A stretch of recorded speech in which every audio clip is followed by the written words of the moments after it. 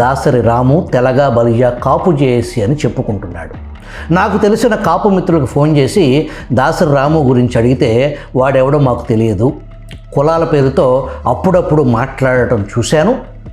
ఇదే దాసరి రాము గతంలో వంగవీటి రంగా హత్య వెనుక కమ్మ కులానికి సంబంధం లేదు, రాయలసీమ రెడ్లు రంగాను ముఖ్యమంత్రి అవ్వకుండా అడ్డు తొలగించుకోవటం కోసం రెడ్లు చేయించిన హత్య ఇది అని గతంలో చెప్పాడు.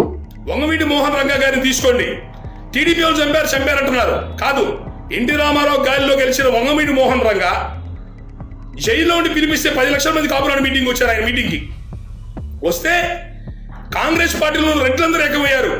వీడు ఎన్టీ రామారావు గాలిలో గెలిచాడు, మనందరం ఓడిపోయాం, వీడు పిలిస్తే 10 లక్షల మందితో మీటింగ్ జరిగింది, వీడు అంటూ బతుకుంటే కాంగ్రెస్ పార్టీలో రెడ్లు ఎవరన్నా ముఖ్యమంత్రులు అవుతామా అని రెడ్లందరూ కలిసి కూడబలుకురు కుట్రవన్నీ టీడీపీ వాళ్ళని రెచ్చగొట్టి వాడిని తీసేసేయండి, చంపేసేయండి, ఎవరు పట్టించుకునే ఎవరు లేదని రెచ్చగొట్టి టీడీపీ వచ్చి చేయించారు. మన జాతికి మొదటి శత్రువు రెడ్లు, కమ్మోలు కాదు, ఇంకెవరు కాదు. 15 మంది 20 మంది ఎమ్మెల్యేలు వైఎస్ఆర్సీపీ కాంగ్రెస్ లో కాపు ఎమ్మెల్యేలు పవన్ కళ్యాణ్ వల్ల ఓడిపోయారంట. పాపం వాళ్ళందరూ కష్టపడి పని చేసుకుంటున్నారంట. మళ్ళీ ఈసారి ఓడిపోతే అన్యాయం అయిపోతారంట. అందుకని ఈసారి పవన్ కళ్యాణ్ పక్కన పెట్టి వీళ్ళకి ఓట్లేస్తామని చెప్పని అంటున్నారు. ఇది వైఎస్ఆర్సీపీ కాంగ్రెస్ ఎమ్మెల్యేలకి.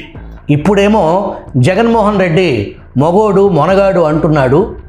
ఇటువంటి స్క్రాప్ను మేము పట్టించుకోము అని తెలియజేశారు.